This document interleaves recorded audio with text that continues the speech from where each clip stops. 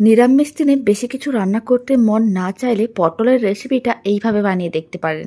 যারা পটল একেবারেই পছন্দ করে না, আশা করি তারাও খাবে। প্রথমে পটলের পুরো খোসাটা ছাড়িয়ে নিতে হবে, তারপর দুদিক দিয়ে ঠিক এইভাবে কাটতে হবে। মানে এই দিকটা হাফ করে উল্টো দিকটাকে একইভাবে হাফ করতে হবে। ভালো করে জল দিয়ে ধুয়ে পরিষ্কার করে রেখেছি। এখন কড়াইয়ের মধ্যে 2 চামচের মতন দিলাম সর্ষের তেল, অল্প করে একটু লবণ ছড়িয়ে দিলাম আর অল্প করে একটু হলুদ গুঁড়ো দিয়ে দিলাম। তারপর লবণ ও হলুদ গুঁড়োটা তেলের সঙ্গে খুব ভালো করে মিশিয়ে নিতে হবে। যখন খুব ভালো করে মেশানো হয়ে যাবে, ফ্লেমটা মিডিয়াম টু হাইতে রাখতে হবে আর সমস্ত পটলগুলোকে কড়াইয়ের মধ্যে দিয়ে দিতে হবে।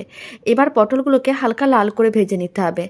আর এই সময় মোটামুটি 3 থেকে 4 মিনিটের মধ্যেই পটলগুলো বেশ লাল লাল হয়ে ভাজা হয়ে যাবে। একেবারে লাল করে ভাজার দরকার নেই, ঠিক এইভাবে হালকা লাল করে ভেজে নিতে হবে যাতে কাঁচা ভাবটা চলে যায়।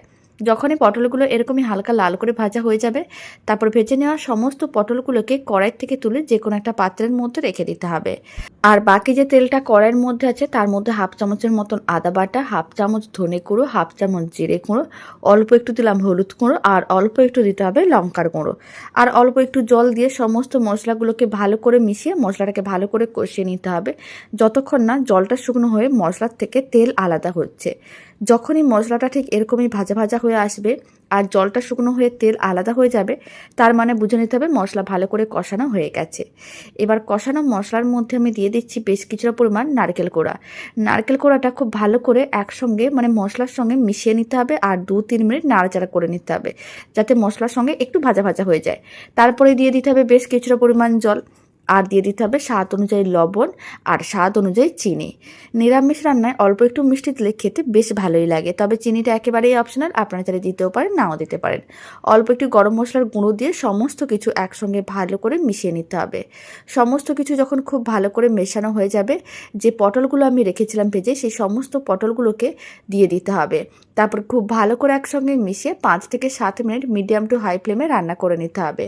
তাহলে ঝোলটাও একটু শুকনো হয়ে যাবে আর পটলগুলো ভালো করে সেদ্ধ হয়ে যাবে। দারুণ স্বাদের এই নিরামিষ পটলের রেসিপিটা বাড়িতে বানিয়ে দেখতে পারেন। গরম ভাত হোক বা রুটি পরোটা যে কোনোর সঙ্গে খেতে বেশ ভালোই লাগে।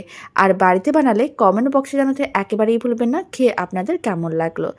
7 মিনিট হয়ে গেছে, ফ্লেমটা অফ করে দিচ্ছি। দারুণ স্বাদের পটলের রেসিপি একেবারেই রেডি। বাড়িতে বানিয়ে দেখতে পারেন, কম সময়ের মধ্যে রেডি হয়ে যায় আর খেতেও ভীষণ ভালো হয়। এবার আমি পটলের রেসিপিটা একটা সার্ভিং বোলের মধ্যে সার্ভ করে নিচ্ছি।